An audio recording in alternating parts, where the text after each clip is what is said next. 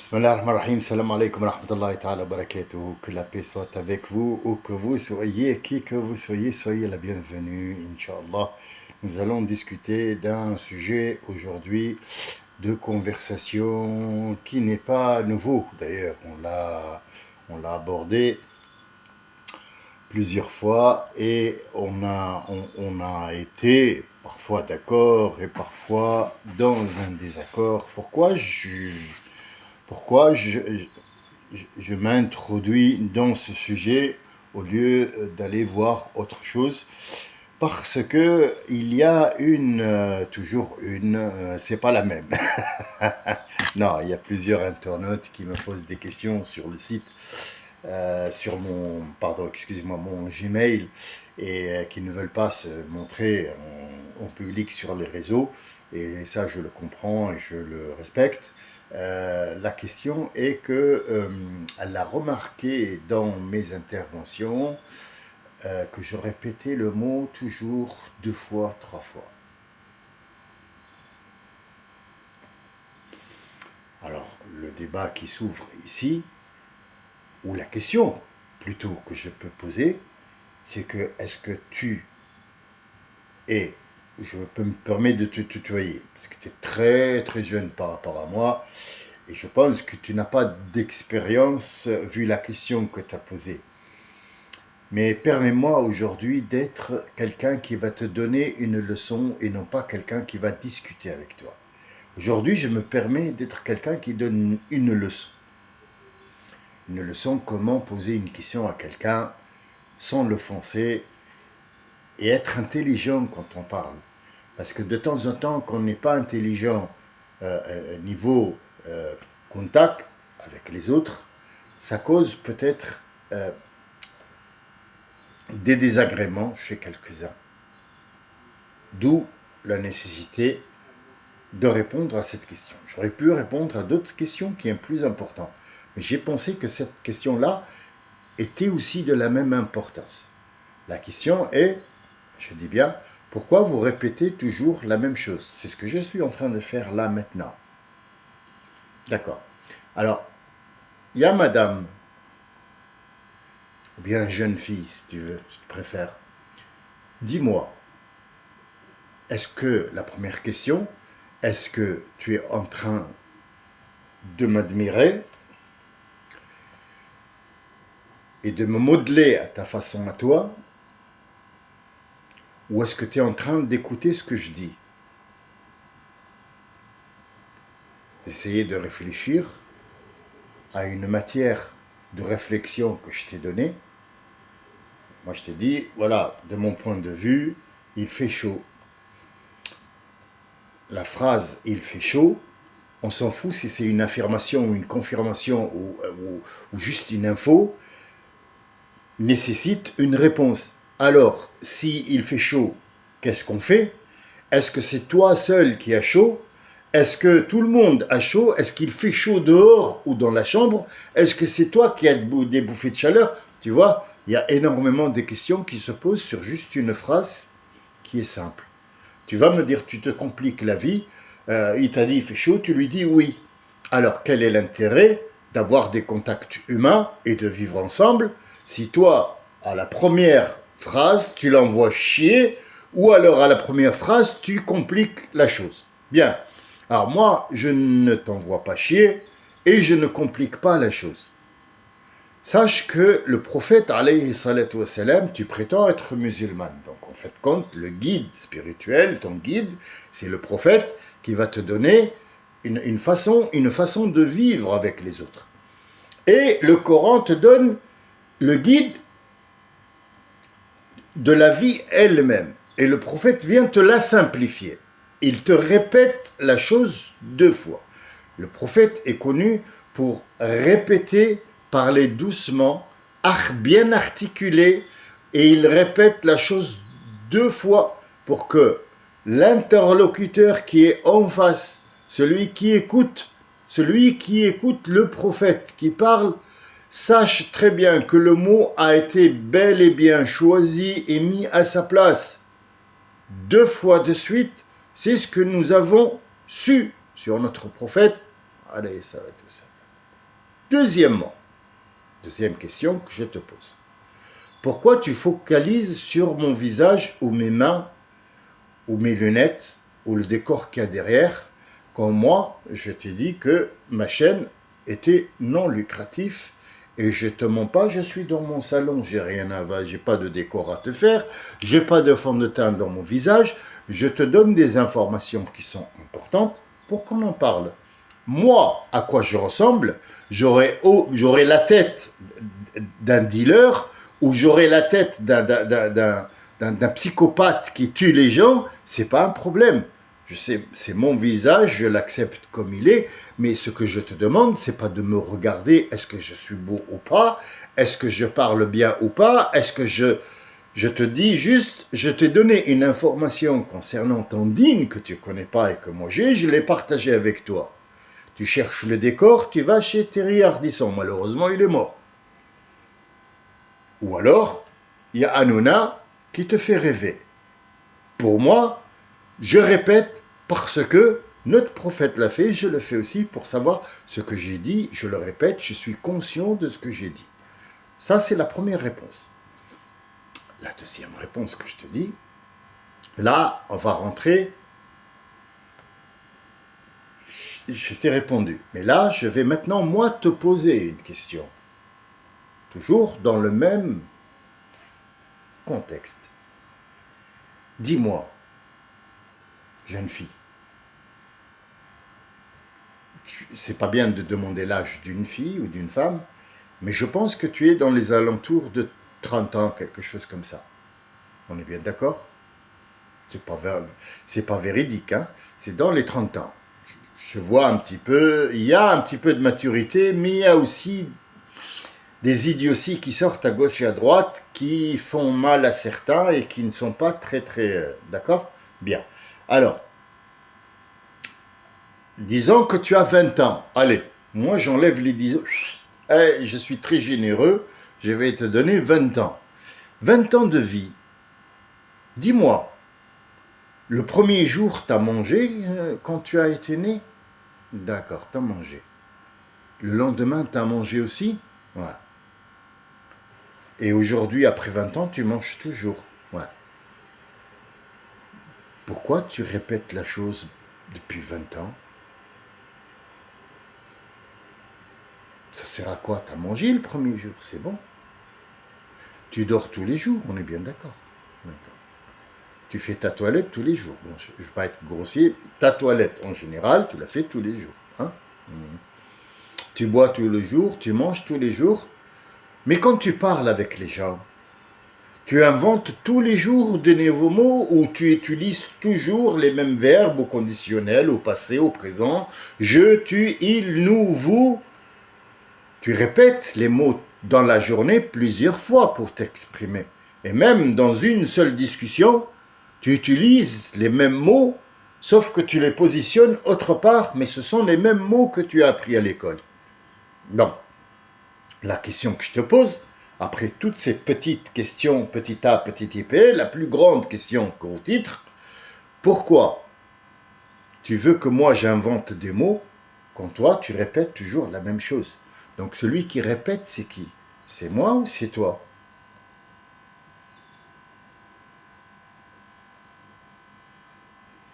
Tu vois, parfois on pose une question qui est con. Et c'est ce qui arrive, t'es pas la seule. Hein. T'es pas la seule. Tout le monde pose des questions qui est con. Parce qu'on vit dans un monde comme ça. Je te jette pas la pierre. Non. La pierre, je la jette aux gens qui vous gouvernent. Vous savez, pour changer de discussion, mais on est toujours dans le même sujet. Dans le même sujet.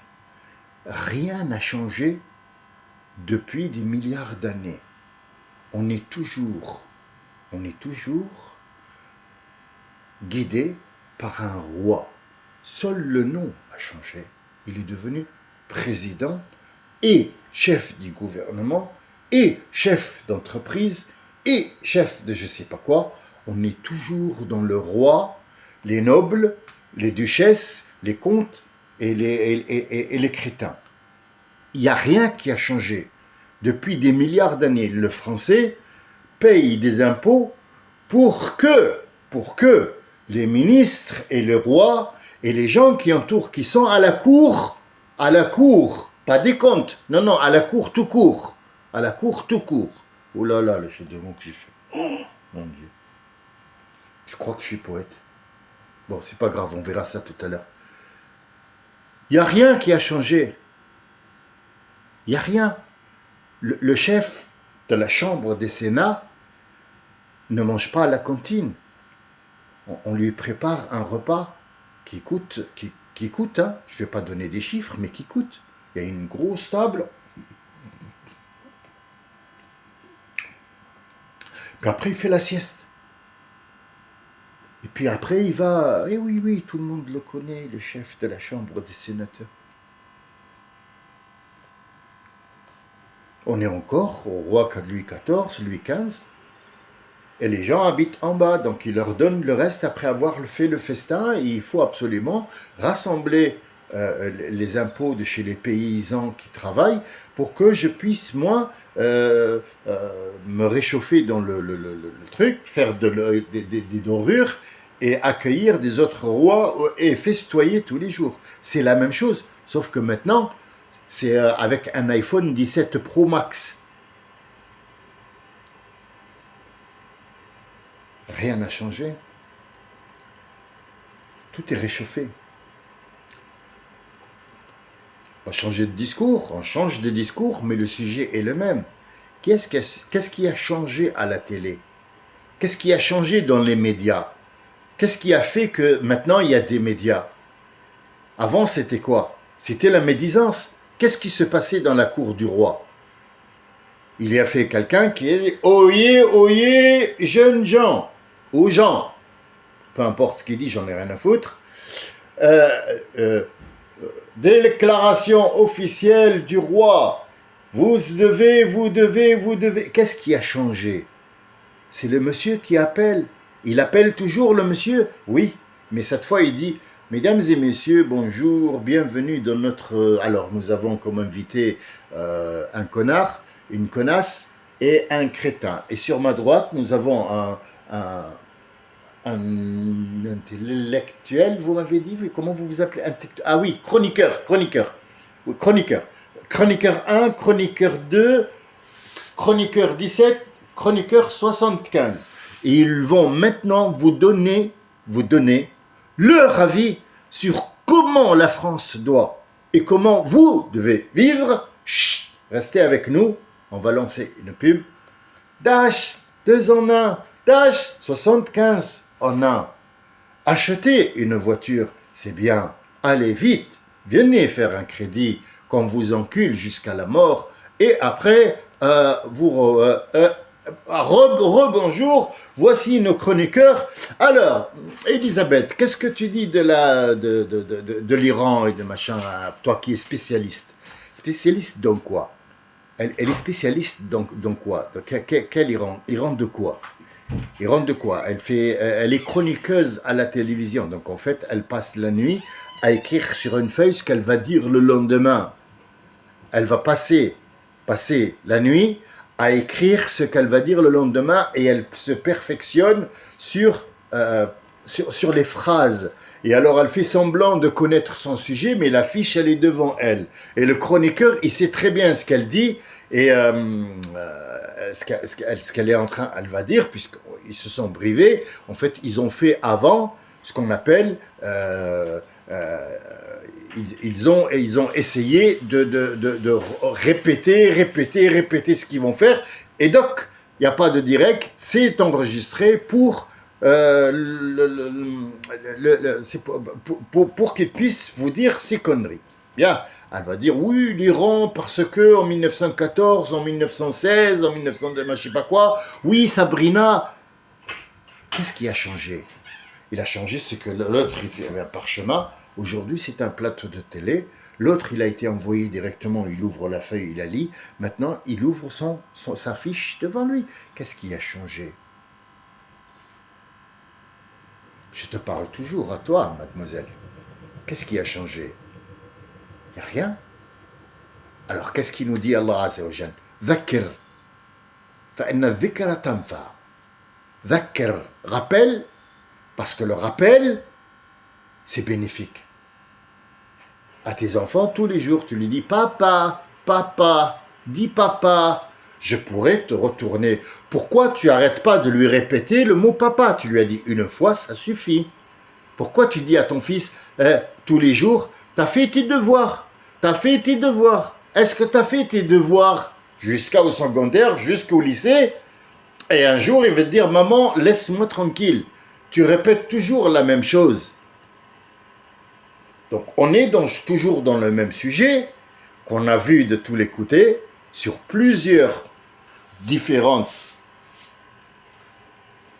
scènes que j'ai présentées et on fait toujours la même chose. Depuis que le monde est monde, l'homme va faire pipi ainsi que la femme. C'est vulgaire quand je dis va faire pipi, bah, je peux dire il va pisser ou alors il va uriner. Les trois sont pareils. Ça nous mène à la même conclusion. Les reins éjectent de l'eau qui est défectueux. On a pris l'essentiel de cette eau-là. Et là, il y a des eaux usées qui doivent sortir par l'appareil de reproduction. Hop, par terre, sous le mur, dans un truc, dans une pesetière. Avant, à Paris, dans un seau et y jeter dehors. Tout simple, tout con. Donc là, moi, la question que je pose, mademoiselle, qu'est-ce qui te gêne quand moi je répète le mot? Est-ce que c'est moi visuellement ou c'est ce que je dis qui te gêne? C'est là que tu dois me répondre sur ce côté-là. Est-ce que j'ai raison ou est-ce que j'ai tort? Pas. Les questions, elles doivent être intelligentes. Parce qu'une question intelligente laisse les gens qui sont autour, pas forcément la personne avec qui tu discutes, mais les personnes qui sont autour, tu leur donnes matière à réfléchir. Et quand on réfléchit, il se pourrait qu'on puisse faire naître une belle idée, quelque chose qui nous apporte. Alors, la question que tu as posée, elle est con peut-être. Mais là, sur cette intervention, pour moi personnellement, c'est une intervention vide. Pour moi, la qualité des interventions que je fais par rapport à celle d'aujourd'hui, elle est vide. Il n'y a rien. Mais je reste optimiste.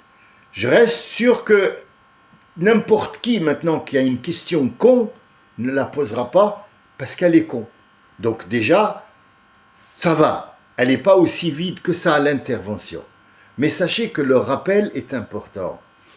Allah dit toujours, Dieu nous dit, et le prophète aussi, toujours rappelez-vous. Et même il y a une sourate, Alladhina tawasaw bil haqqi wa tawasaw bis sabr, il se le rappelle tout le temps.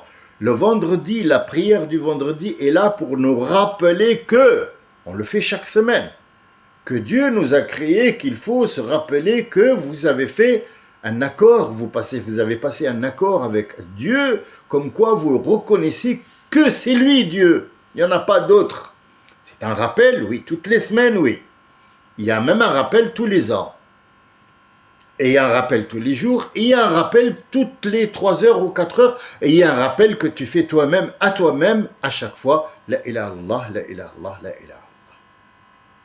Passons de ce sujet-là à une autre formation qui va peut-être apporter une certaine gaieté. C'est une information qu'on doit apprendre.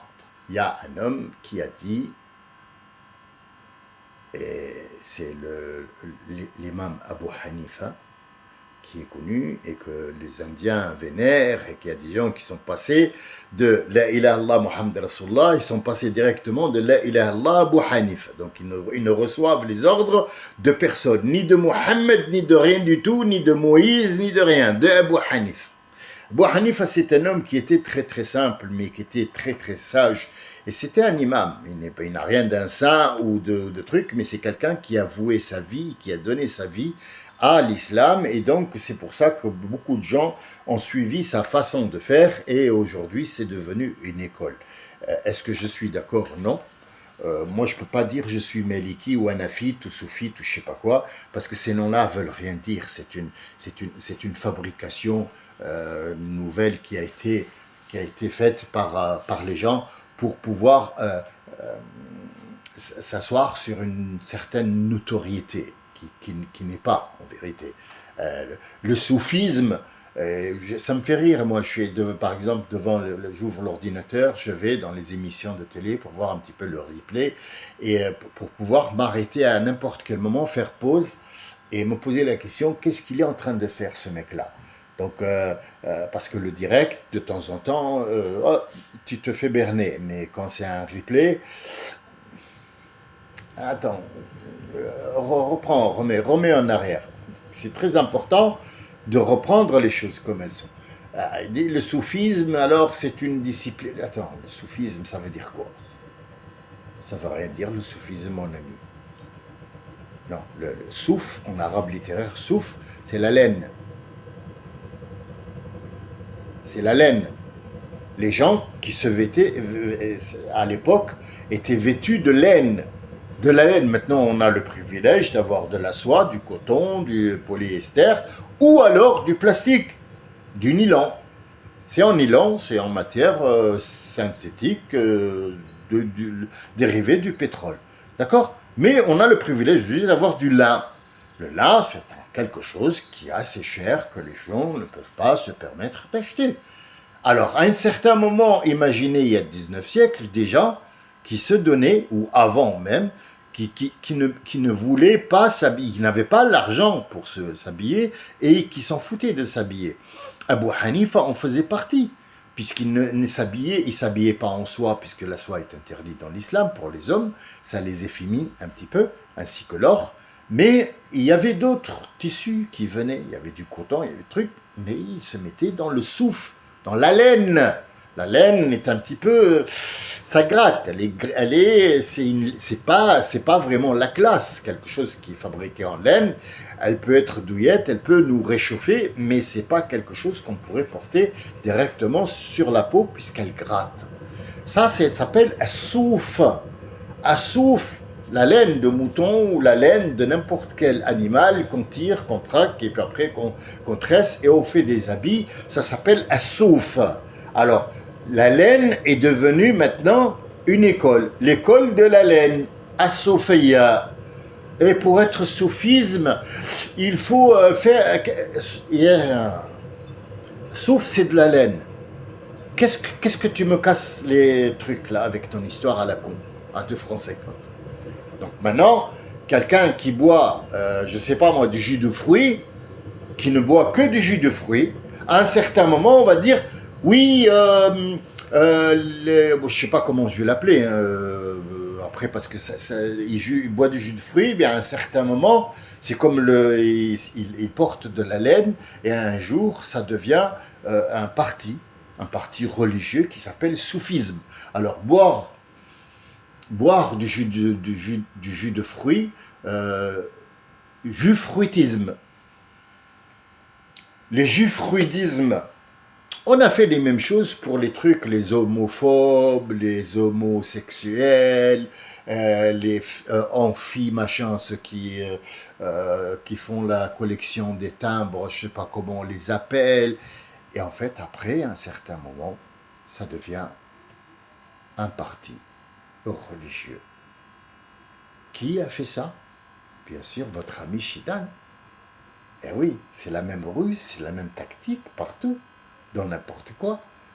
Même celle qui est venue me dire, oui, mais tu répètes la même chose. Oui, mais tu utilises les mêmes mots aussi en français, chérie. Est-ce que ça ne serait pas de la routine pour toi? Non. Vous voyez, je reviens toujours au sujet du début.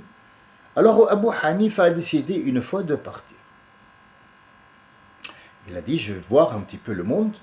Et puis, ça y est, c'est bon, j'ai donné des leçons à des gens autour de moi dans la mosquée. Il faut absolument que je sorte de ce cercle pour que je ne devienne pas une divinité. Malheureusement, c'était trop tard, l'idée était en place. Bon, dans sa vie réelle, les gens ne disaient pas « moi je suis hanafite ». Non, non, ils allaient à l'imam Abu Hanifa pour entendre truc. C'était le seul à parler sans écrit, sans rien du tout. Tu pouvais lui poser n'importe quelle question sur n'importe quel truc. Il le savait sans revoir ou ouvrir un seul livre, sachant que le Coran, il l'avait par cœur. C'est pas comme nous maintenant. Parfois, on se trompe dans un truc, on dit attendez voir, je crois que je me suis trompé sur le truc.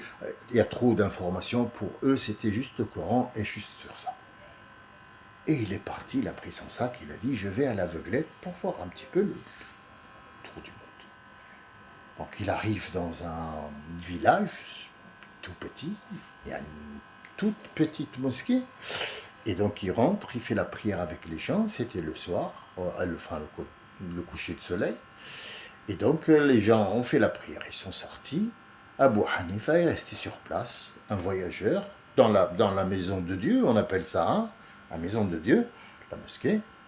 Et il y a le mec qui est responsable, qui vient lui dire, écoutez monsieur, vous ne devez pas rester ici, vous devez sortir. Il lui a dit, je viens de voyage de l'or. Regardez comment il était humble. Il lui a pas dit, je suis Abu Hanif, parce qu'il était connu dans l'Arabie, toute l'Arabie. Donc n'importe quel village au monde qui entend Abu Hanifa, tous vont se bagarrer pour qu'ils viennent s'inviter chez eux. Et là, il ne dit pas qui il est.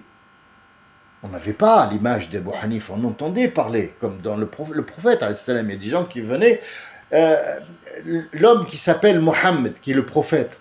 Moi, je suis musulman, qui vient de Bukhara, en Perse. Je voudrais voir le prophète. Et lui, il est en train de parler au prophète. Il ne le connaissait pas. Il y avait pas d'image ou de prospectus où il y avait son image, la France ensemble, Laurent Ruquier avec Rotaillot. Non.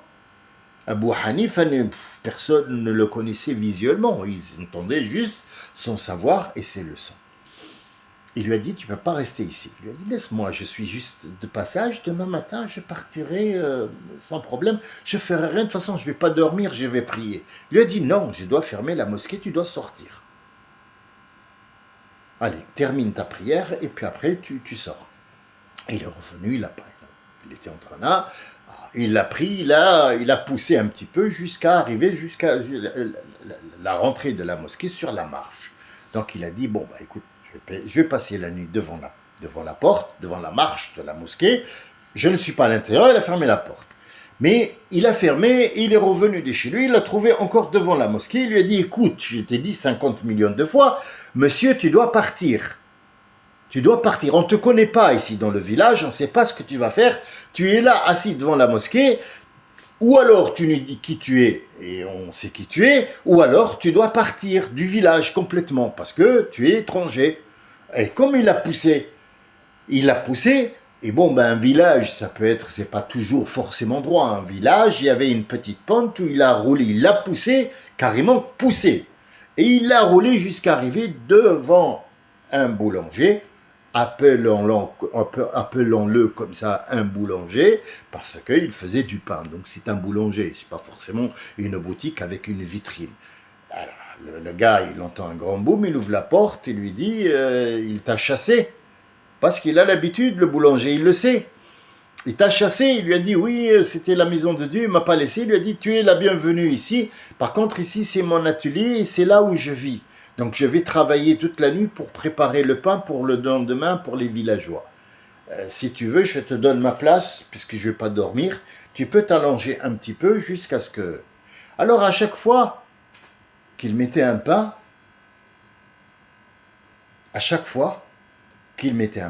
il disait La ilaha illallah wahdahu la sharika lahu, lahul mulk wa lahul hamdu yuhyi wa yumitu wa huwa ala kulli shay'in qadir walhamdulillah. Chaque fois qu'il mettait un pain, et chaque fois qu'il le sortait, il lui a dit pourquoi chaque pain. Il lui a dit je suis en train de reconnaître dans chacun de mes mouvements Allah. Et il lui a dit, est-ce que, et Allah, tu le remercies, tu es en train de le louer, apprends-moi quelque chose. Vous vous rendez compte, Abu Hanifa veut apprendre. Il lui a dit, il n'y a pas une seule chose que Dieu ne m'a pas donnée. Je dis ça parce que Dieu me donne ce que je veux. Alors Abu Hanifa, il le regardait, Il lui a dit, t'as pas demandé par exemple un château? Pourquoi tu fais du pain, tu dors pas la nuit, t'as un petit lit, t'as pas de famille? Il lui a dit, c'est ce que j'ai demandé à Dieu. C'est ce qui me convient. J'ai pas besoin d'argent, j'ai pas besoin d'être un noble ou un seigneur ou un chef de clan. J'ai besoin juste de faire ça. Je suis heureux comme je suis parce qu'à chaque fois où je mets un pain, j'évoque Dieu. Si peut-être j'avais de l'argent, je n'évoquerais pas Dieu. Et il lui a dit, et Dieu t'a tout donné. Il lui a dit, Dieu m'a tout donné, sauf une seule chose. Une seule chose. Il lui a dit une seule chose.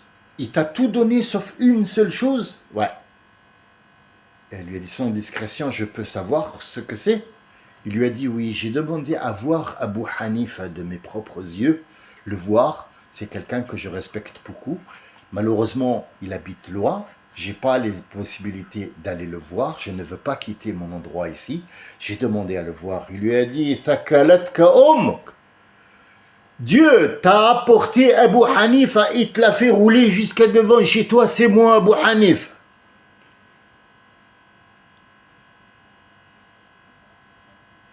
J'ai changé de sujet? Oui. Pourquoi? Pour mettre une pointe d'espoir. Comme quoi, les sujets de conversation, les sujets de conversation diffèrent. Les sujets de conversation, peu importe les mots qu'on répète et qu'on re-répète, et qu'on répète, comme j'ai fait maintenant moi sur le mot répéter 3 fois, c'est l'intérieur qui compte. C'est ce que tu as compris de l'histoire. C'est pas ni mon visage, ni ce que je porte, ni ce que je possède. C'est que toi, qu'est-ce que tu as retenu de cette leçon que j'appelle aujourd'hui leçon, mais demain, je ne donnerai pas de leçon, je reviendrai la personne qui discute avec vous. Mais aujourd'hui, je me suis permis de te donner, Fillette, une petite leçon. Comme quoi, dans les paroles qu'on parle, qu'est-ce que tu as apporté comme matière de réflexion et non pas qu'est-ce que tu as répété comme mot. Parce que quand tu me dis que tu répètes toujours le même mot, les mêmes mots, je me dis, cette fille ou cette dame n'est pas en train d'écouter ce que je dis. Elle est juste en train de me jeter des pierres. Je vous remercie de votre écoute. J'espère que vous avez compris le sens de cette intervention. Demain, Inch'Allah, ou cet après-midi, nous reviendrons à la normale. Je ne suis plus professeur à partir de ce moment-là. Salam alaikum wa rahmatullahi wa barakatuh.